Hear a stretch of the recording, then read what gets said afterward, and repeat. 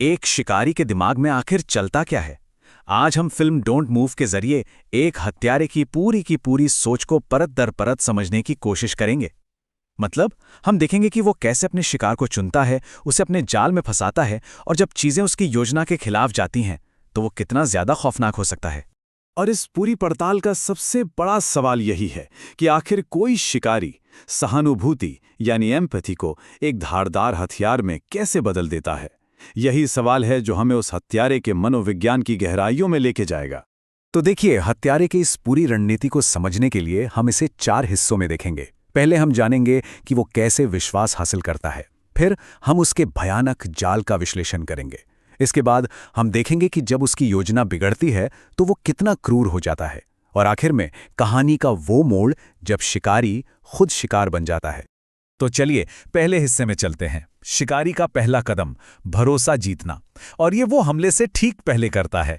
यहां हम देखेंगे कि कैसे रिचर्ड, जो हमारा हत्यारा है, अपने शिकार आइरिस को चुनता है और उसे अपनी बातों में उलझाता है।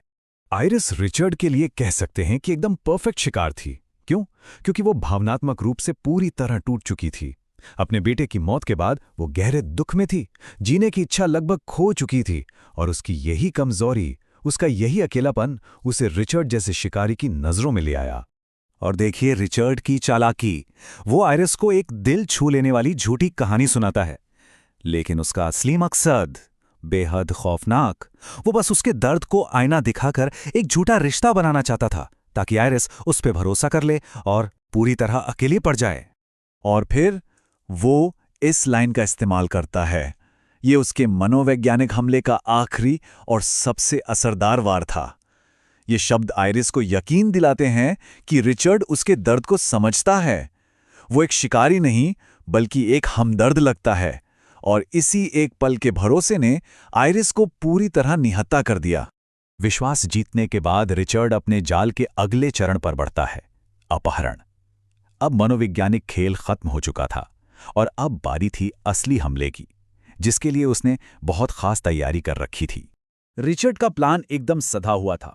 उसकी हर चाल सोची समझी और नपी तुली थी। पहले रास्ता रोकना, फिर मदद का नाटक करना, एक आम से छाते में छुपाए हथियार से हमला करना, और आखिर में लकवे का इंजेक्शन लगा देना। हर कदम क्रूरता और सटीकता से उठाया गया था। और वो लकवे का इंजेक्शन कोई मामूली दवा नहीं थी, बल्कि एक शैतानी हथियार था। सोचकर देखिए, सिर्फ 20 मिनट में पूरा शरीर लकवाग्रस्त, ना हिल सकते हैं ना बोल सकते हैं, लेकिन दिमाग पूरी तरह जागा हुआ है। सब कुछ देख, सुन और महसूस कर सकते हैं। ये एक ऐसा भयानक सपना था जिसमें पीड़ित पूरी तरह से होश में था। अब तक सब कुछ रिचर्ड की बनाई योजना के हिसाब से चल रहा था। लेकिन तब क्या होता है जब एक शातिर शिकारी की योजना में कोई रुकावट आ जाए? यहीं से हमें उसकी असलियत और उसकी क्रूरता की असली गहराई का पता चलता है। उसकी सदी हुई योजना में 2 अनचाहे मेहमान आ जाते हैं, 2 गवाह जो गलती से वहां पहुंच गए, और रिचर्ड का जवाब क्रूरता की कोई सीमा नहीं। वो पल भर में एक अपहरणकर्ता से एक सीरियल किलर में बदल जाता है। ये उसके कातिलाना पैटर्न को साफ दिखाता है। वो हर स्थिति में खुद को ढाल लेता है। कभी लाचार पति बन जाता है तो कभी बेफिक्र टूरिस्ट। वो मौके पर मिली किसी भी चीज को हथियार बना लेता है, और आखिर में अपने हर गुनाह के सबूत को आग से मिटा देता है। ये उसकी बेरहमी और उसके शातिर दिमाग को दिखाता है। तो निचोड़ क्या है? एक अपहरण और उसे छुपाने के लिए 2 बेरहम हत्याएं। रिचर्ड के लिए इंसान की जान की कोई कीमत नहीं थी, सिर्फ उसका बचना मायने रखता था।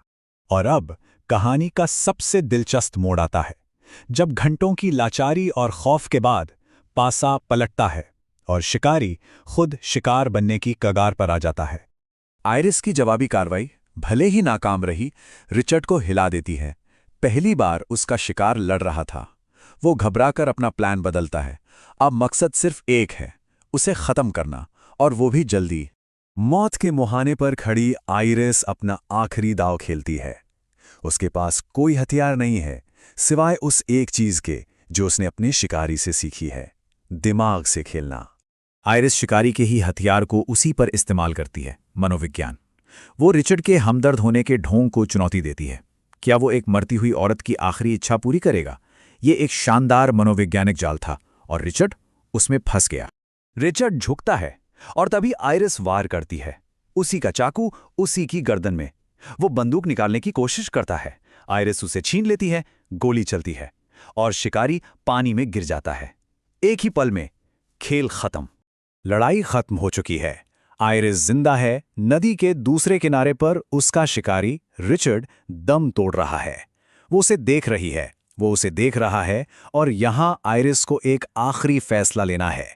वो मदद बुला सकती थी, लेकिन वो पलटकर चली जाती है, उसे तड़पकर मरने के लिए छोड़कर, जो हमें इस आखिरी सवाल पर लाता है। जब पासा पलट जाए तो जिंदा बचने और बदला लेने के बीच की लकीर कहाँ खींचती है? ये एक ऐसा सवाल है जिसका जवाब शायद इतना आसान नहीं है।